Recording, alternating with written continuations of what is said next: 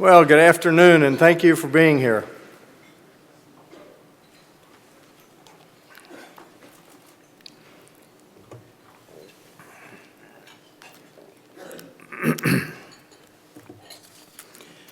Mayor Turner, thank you for that kind introduction. You know, you and I come from an era that seems to have passed. We come from an era that stressed working together, even if we're from different political parties and maybe even different philosophies. You're the third Houston mayor with whom I have served, and I really look forward to working with you and accomplishing much together. So thank you for that introduction.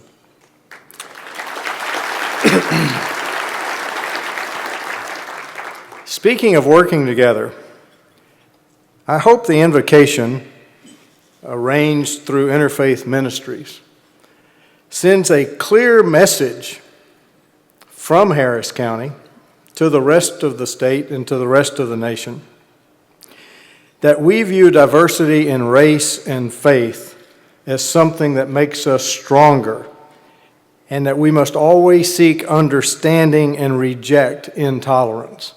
That's what that prayer was really all about. And Sheriff Hickman and members of the Sheriff's Honor Guard, you are constant reminders of those who serve day and night to keep all of us safe, and I'm honored by your participation today. So thank you for being here.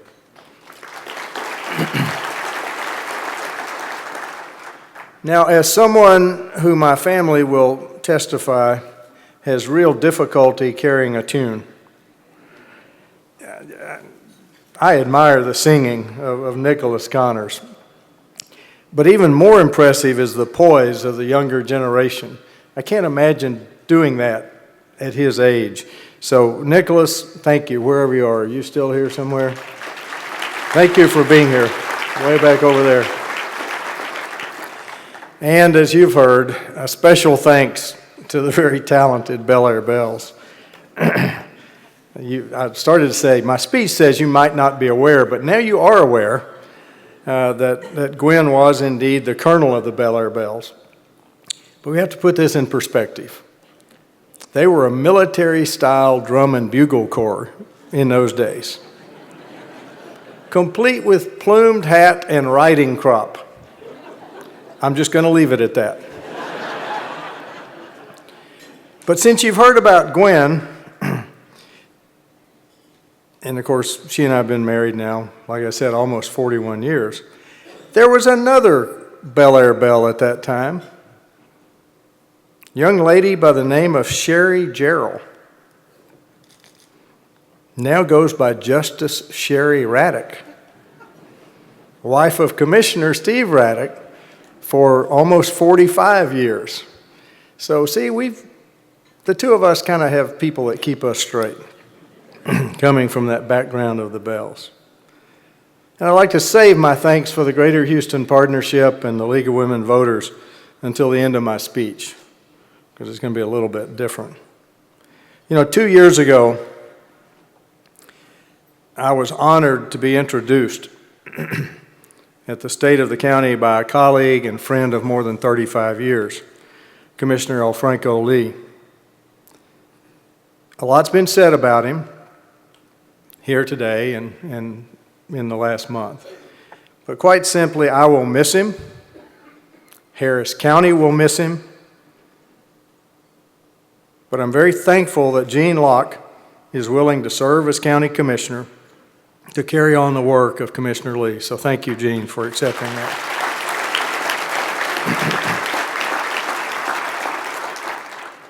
Before I begin my formal remarks, I must make an observation. Yesterday there was a certain caucus, and I'm asked all the time about the presidential caucuses and primaries in Iowa and New Hampshire, and they're getting so much national attention.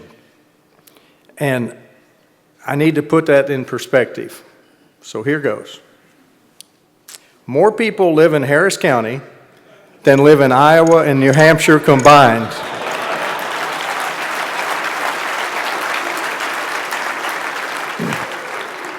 Just an observation, just saying. This is my 9th State of the County address. And in years past, I've spoken of Harris County in terms of people and issues, storms, no mention of hurricanes today, by the way. Today, instead, I will talk about Harris County government.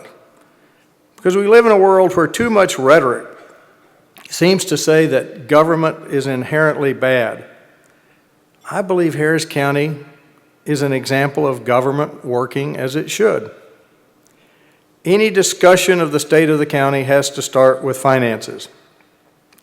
As we sit here this very moment, and for the coming year, the county's financial foundation is extremely solid, perhaps as solid as any local government anywhere in the nation.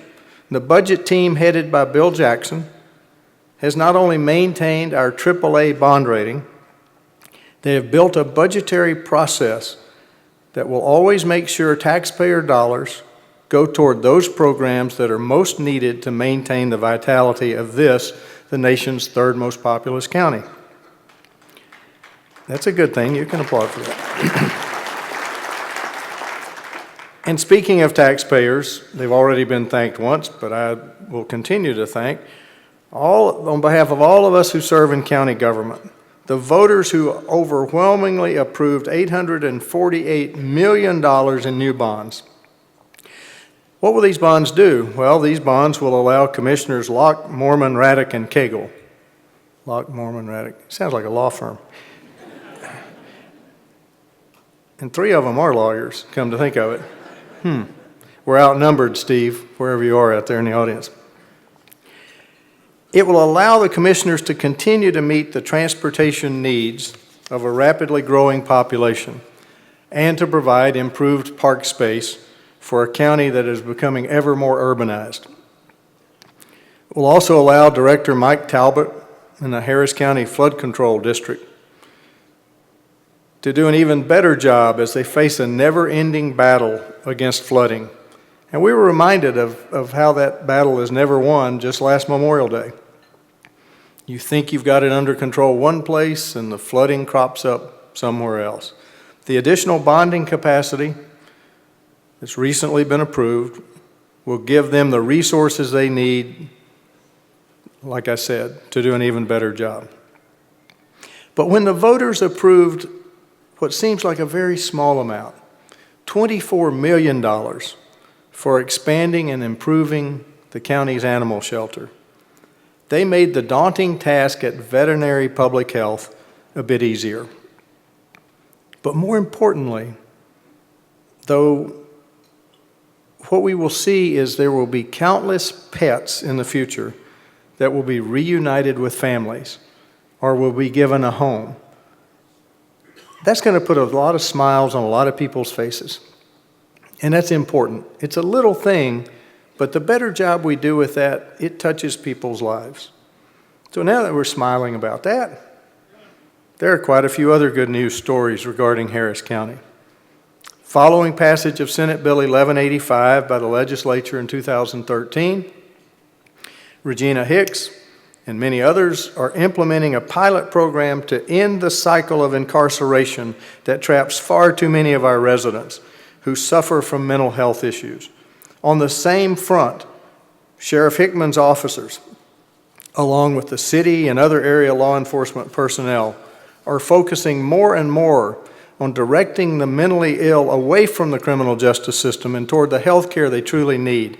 And a key component of this new approach is an emphasis on helping the homeless population to find the resources they need. That is something that we all need to do better and more often.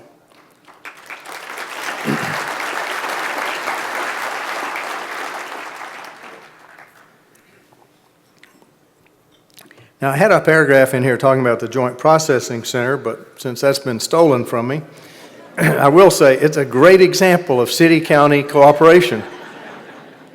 It is exactly what the city and the county need to be doing together. But hopefully the Joint Processing Center is a harbinger of things to come in terms of county-city cooperation. In the realm of criminal justice, a regional institute of forensic sciences or a crime lab makes too much sense to ignore. We need to get that done, the city and the county. Another example of very effective government cooperation is TranStar. A major expansion of TranStar is almost completed. The building itself is a showcase of the latest technology, particularly in the Harris County Office of Homeland Security and Emergency Management. Mark Sloan, the Harris County Emergency Management Coordinator, and his team have the best emergency operations center in the nation. If you have not seen it, go take a tour. It is worth it. And the official opening of the expanded TranStar, the new facility, is expected within the next few months. But TranStar is a lot more than a building. It's a concept. It's a cooperative effort between the Texas Department of Transportation, Harris County, the City of Houston, and Metro.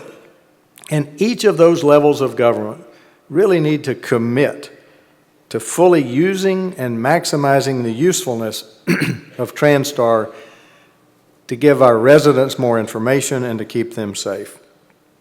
In addition to facilities, infrastructure, and major programs to address the needs of Harris County, the county engages in a variety of activities that make our communities a better place to live. These activities are not necessarily well known, but they contribute to our well-being.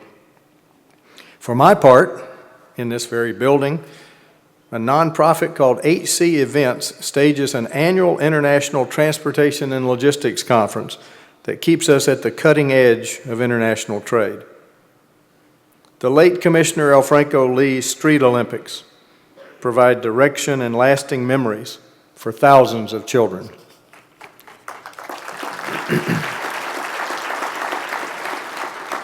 Commissioner Mormon's Precinct Together gives the residents of Precinct 2 opportunities to engage in numerous events for education and enjoyment. Commissioner Raddick's dog parks are legendary, but I've personally witnessed the impact of his providing playing fields for diverse groups, such as the Houston Cricket League. And just yesterday, I was with him when we visited one of his community centers, and people lined up to come say thank you for providing the opportunity for the exercise classes and the learning experience that they have there. And Commissioner Cagle's precinct not only features jewels like the Mercer Botanic Gardens, but he even provides Shakespeare in the Shade. And yes, I think he actually acts in it.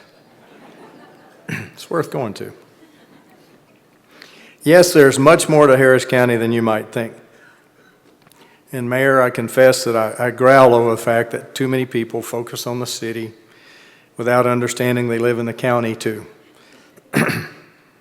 We must all work hard to raise the profile of Harris County. Over the years, I have seen and heard many references to a city-county rivalry. But the truth is there are 34 municipalities in Harris County. Every resident of every municipality is also a resident of Harris County. These residents pay taxes to the cities they live in and to the county. So what we have to do is make sure that they know what the county does. And we have to make sure that the county and all those cities work together to provide the services as efficiently as possible. Those are some of the good things going on in Harris County. But we do face some challenges. It's not a real long list, but I'm going to pick out 3 that we cannot ignore in the year 2016. First, transportation. Rapid growth has created serious problems in mobility, not just for commuters and for passenger vehicles, but for commercial vehicles as well. If the local economy is to continue to grow, freight has to be able to move. More and larger ships will not come to the Port of Houston if the freight can't be moved to its final destination efficiently. Beyond international freight, and its critical role in our economy, we must also remember the so-called last mile for freight, because that last mile is nearly always moved by truck. Everything you see on store shelves got there on a truck. We have to make sure that those trucks can continue to move. The Texas Department of Transportation, in anticipation of federal requirements, recognized the need to develop a Texas freight network.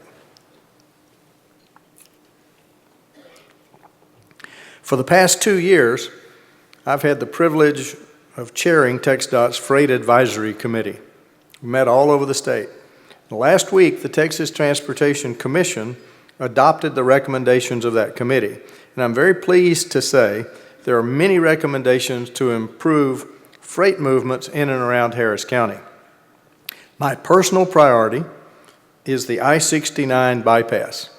We know that US 59 is being converted to Interstate 69, but we really don't want all that traffic coming right through the middle. There needs to be a bypass, and it needs to go south and east. Currently, no such bypass is even on the drawing boards, but a route to handle traffic from all the area ports, Freeport, Galveston, and Houston, as well as traffic flowing to and from Mexico to all parts of the United States, is the key to avoiding catastrophic congestion in our area. Beyond that specific project, the county, the state, surrounding counties, the cities, and Metro have to continue to address the mobility needs on a regional basis. And the Transportation Policy Council at the Houston-Galveston Area Council is doing just that. We need to make sure that that continues. But make no mistake, simply building more roads is not the answer. Rail must be used more to move people and freight. Let me give a clear example. A container ship comes to the Port of Houston carrying 5,000 containers. And by the way, that's not a particularly large ship. If half of its cargo, 2,500 containers, is destined for the Dallas-Fort Worth area or beyond, that means we have to add 2,500 trucks to Interstate 45 and our area roadways. A better solution is to put as many of those containers as possible on rail. Wherever possible, we need to move freight by means other than trucks. Railroads, barges, and frankly, technologies not yet invented, all will have to be used if our area is to live up to its potential as the gateway of North America. Make no mistake though, truck traffic in our area will continue to grow. Think back to that aforementioned ship. The other 2,500 containers that are going to stay in our area will still have to be moved by truck. And then the cargo in those containers, once they're emptied, will ultimately be delivered by truck. Why do I spend all this time on this? I'm a little bit of a transportation wonk, I admit. But freight is what keeps this economy moving. And so we need to always think about the needs of freight transportation. The second challenge that cannot be ignored is healthcare. From indigent healthcare provided by Harris Health and private hospitals to meeting the mental health needs of the community, to protecting public health through immunizations and other means, Harris County government has a responsibility to its residents. And while some at the federal and state levels can play politics with the issue of health care, we cannot. We don't have a choice. When we have an infectious disease outbreak here, somebody wants us to take care of it. When we have people literally dying and coming to public hospitals and private hospitals, we can't turn them away. So the county's healthcare challenge comes in two parts. First is meeting the fundamental needs, providing the facilities and the staff necessary to take care of our residents. Harris Health, the Harris Center for Mental Health and IDD, formerly known as MHMRA, and Harris County Public Health are working mightily to meet those needs. But that's where the second part of the challenge comes in. How do we pay for the buildings and the staff that's required to meet the needs that are dictated to us, not only by our conscience, but dictated to us by state law? We're told we have to do this. So long as the county property tax payer has to bear the cost of health care, we will have trouble meeting the challenge. Refusing to accept federal dollars available for indigent health care makes no more sense than turning down federal highway funds.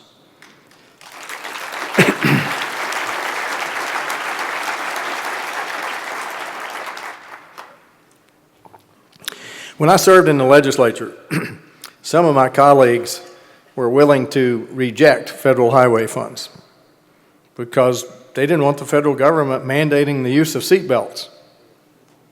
Some of you are old enough to remember that. Not only was that stance ridiculous financially, it would have cost thousands of Texans their lives. And when I hear people on the radio or television say, well, it's my business whether I wear a seatbelt or not. When I was in the legislature, state was not anywhere near as big as it is now, and we were losing 5,000 to 6,000 people a year in automobile crashes. That number's down in the 3,000 to 4,000. Add that up over years, and you start realizing how important that seatbelt use was. And there was one person who personally convinced the legislature to mandate the use of seatbelts, and that person was Dr. Red Duke, a giant of our community who passed away last year.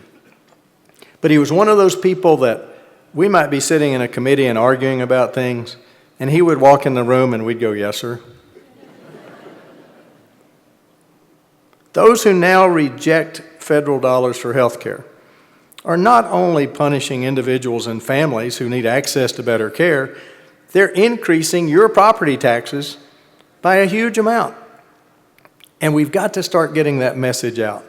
What we need is another Dr. Red Duke to bring reason to the issue of indigent health care so that maybe we can see our way to be more efficient and to be more compassionate at the same time.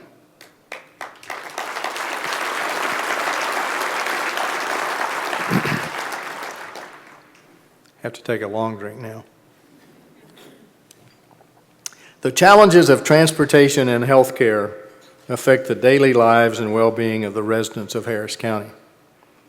The third challenge that must be addressed does not directly impact individuals in such a way, but it is a challenge that captures the attention, the anger, sometimes the imagination of many people not only in Harris County but around the world. Of course, that challenge is the Astrodome.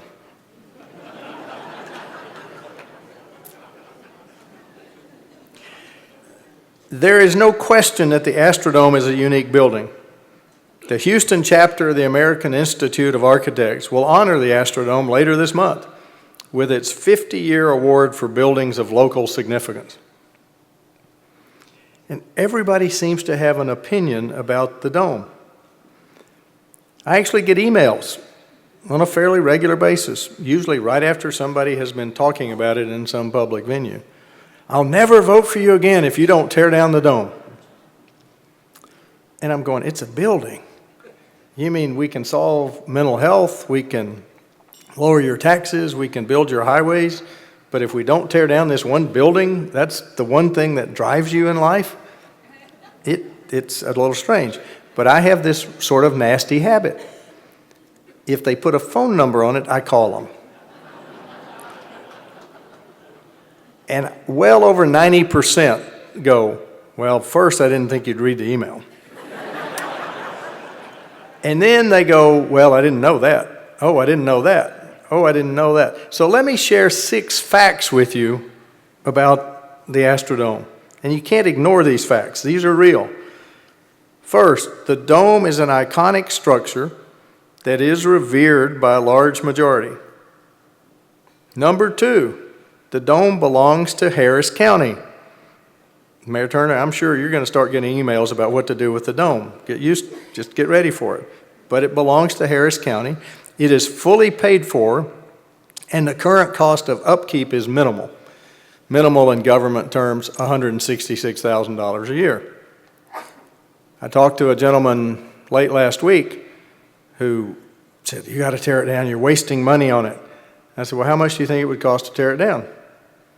Oh, I don't know, $15, $20 million. I said, well, based on that, the current cost of upkeep, we could keep it for over 100 years before we'd spend as much as you want to spend tearing it down. Oops. It's an inconvenient fact. 3, the dome is a building that is part of the larger NRG complex. It is structurally sound, but if we did a major repurposing, it would be beastly expensive, in the hundreds of millions of dollars. 4, the Texas Historical Commission has a pending application to designate the dome as an antiquities landmark. And while that application is pending, and certainly if the application is ever approved, we can't do anything to the dome without first getting the permission of the Texas Historical Commission. So to those who say, well, you ought to just go tear it down next week, not going to happen. 5, the Houston Livestock Show and Rodeo and the Houston Texans have contractual rights at NRG Park, and those rights must be recognized, including the county's commitment to maintain the other NRG facilities. So whatever we do out here, we obviously can't let the stadium go down, we can't let the center go down. This is all part of one giant complex. And 6, there is no private interest that has come forward with a viable plan to save the dome. So for any of you who might want to send me one of those emails that I get regularly saying, sell it to somebody else, nobody wants it. Not going to happen. So against the background of these facts and with the realization that the public has little appetite for massive spending on the dome, I believe the best option is to commit to saving the structure in a manner that provides the most usable indoor space for the current and future tenants of NRG Park, as well as the general public. And as I said last year, I believe the dome floor should be raised to ground level, makes it much easier to go back and forth through the dome. Made into a park space, open space, that can be used by the rodeo, by the Offshore Technology Conference, by festivals and gatherings, and the general public. The 25,000 people who showed up, which by the way was a huge surprise. We thought maybe 1,000 people were going to come out here to see the dome on its 50th birthday. 25,000 showed up. And a little side note, they waited 4 hours to come down, just to walk down on the ground floor and look up. The side note is, I had to ask Jose Cruz to leave because everybody wanted their picture taken with Jose Cruz. And I'm standing down there, I'm the county judge, nobody wanted a picture taken with me. So finally I said, Jose, can you go stand up there so that at least they'll be exiting and we can move on with this. But it showed the love and affection that people do have for that building.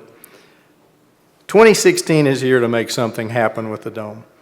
The commissioners, the Harris County Sports and Convention Corporation, and I and many others have been working to come up with a plan that will breathe life back into the dome.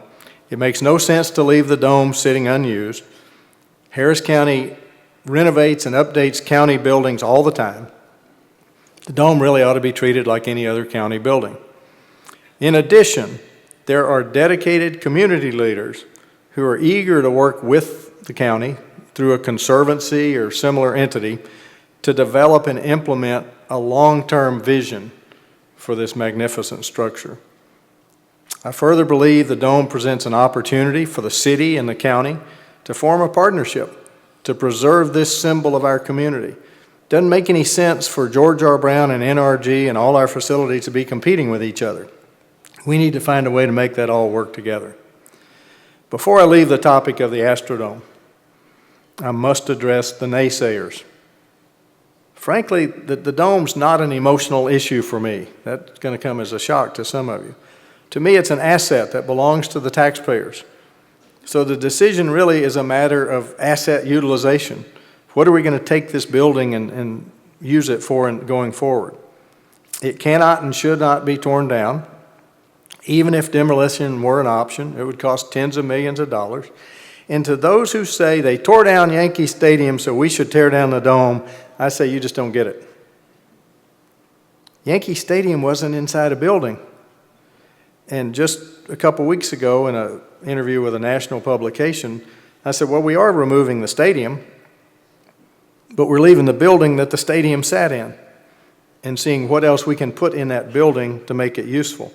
And it was like this light went on. They went, oh, I never thought of it in those terms.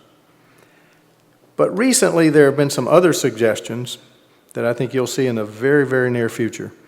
I believe the dome can be used as part of the fan experience, not necessarily the inside, for the Super Bowl. We've all seen various, shall I say, light shows and things like that that have been dramatic and inspirational. And I think the dome, it's not going anywhere between now and next year when the Texans are in the Super Bowl.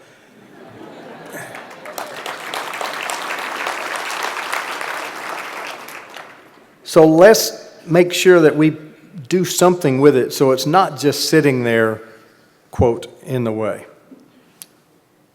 As I prepared this year's speech, I knew from the beginning that Harris County government is in good shape financially and programmatically. Harris County is one of the best-run local governments in the country. I'll say that over and over and over. And it's that way because the commissioners' courts, before I arrived, made it so.